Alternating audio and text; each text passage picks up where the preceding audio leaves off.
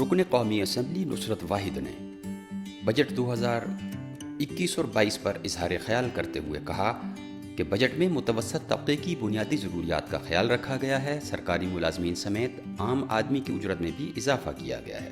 وزیر اعظم نے تمام شعبہ زندگی سے تعلق رکھنے والے افراد کے لیے بجٹ میں ریلیف دیا ہے.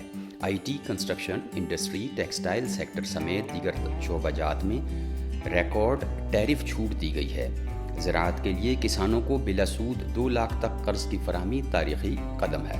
نصرت واحد نے کہا کہ آٹو موبائل انڈسٹری میں ایکسائز ڈیوٹی میں نمایاں کمی کی گئی ہے.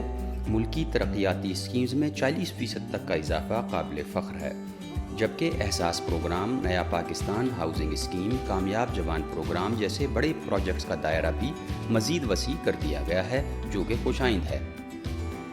نصرت واحد نے کہا کہ جی ڈی پی گروتھ میں اگلے بجٹ میں انشاءاللہ نمایاں اضافہ لے کر آئیں گے. پانی کے بحران کے خاتمے کے لیے 91 ارب مختص کیے گئے ہیں. سندھ کے 14 اضلاع کے لیے حکومت پاکستان نے 107 سے زیادہ تعمیری منصوبوں کا اعلان کیا ہے، جن پر جلدی کام شروع ہو جائے گا. کراچی ٹرانسفارمیشن پلان کے لیے بجٹ میں نمایاں رقم مختص کر کے حکومت نے کراچی کے عوام کا حق ادا کر دیا ہے.